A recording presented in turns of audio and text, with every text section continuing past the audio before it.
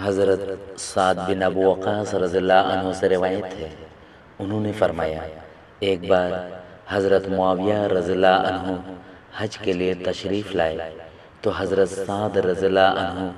ان کے پاس ملاقات کے لیے گئے۔ اثناء گفتگو میں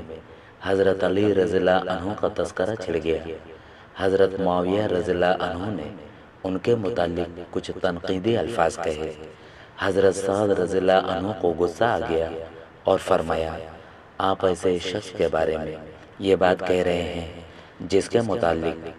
میں نے رسول اللہ صلی اللہ علیہ وسلم کو یہ فرماتے سنا ہے، جس کا مولا میں ہوں، علی رضی اللہ عنہ بھی اس کا مولا یعنی دوست ہے، اور میں نے آپ صلی اللہ علیہ وسلم سے سنا کہ آپ نے علی رضی اللہ عنہ سے فرمایا تیرا مجھ سے وہی تعلق ہے جو ہارون علیہ السلام کا موسیٰ علیہ السلام سے تھا، البتہ میرے بعد کوئی نبی نہیں۔ اور میں نے آپ صلی اللہ علیہ وسلم کو یہ فرماتے ہوئے بھی سنا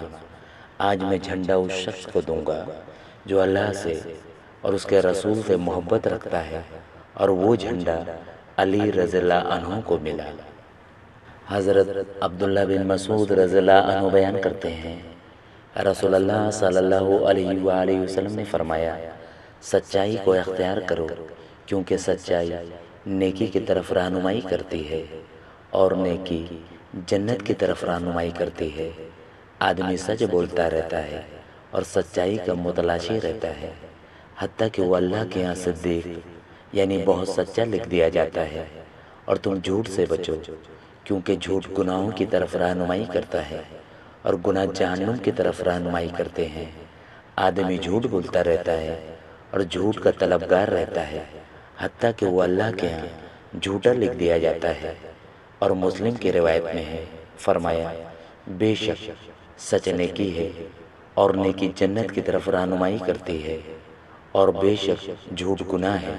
اور گناہ جہنم کی طرف رہنمائی کرتے ہیں۔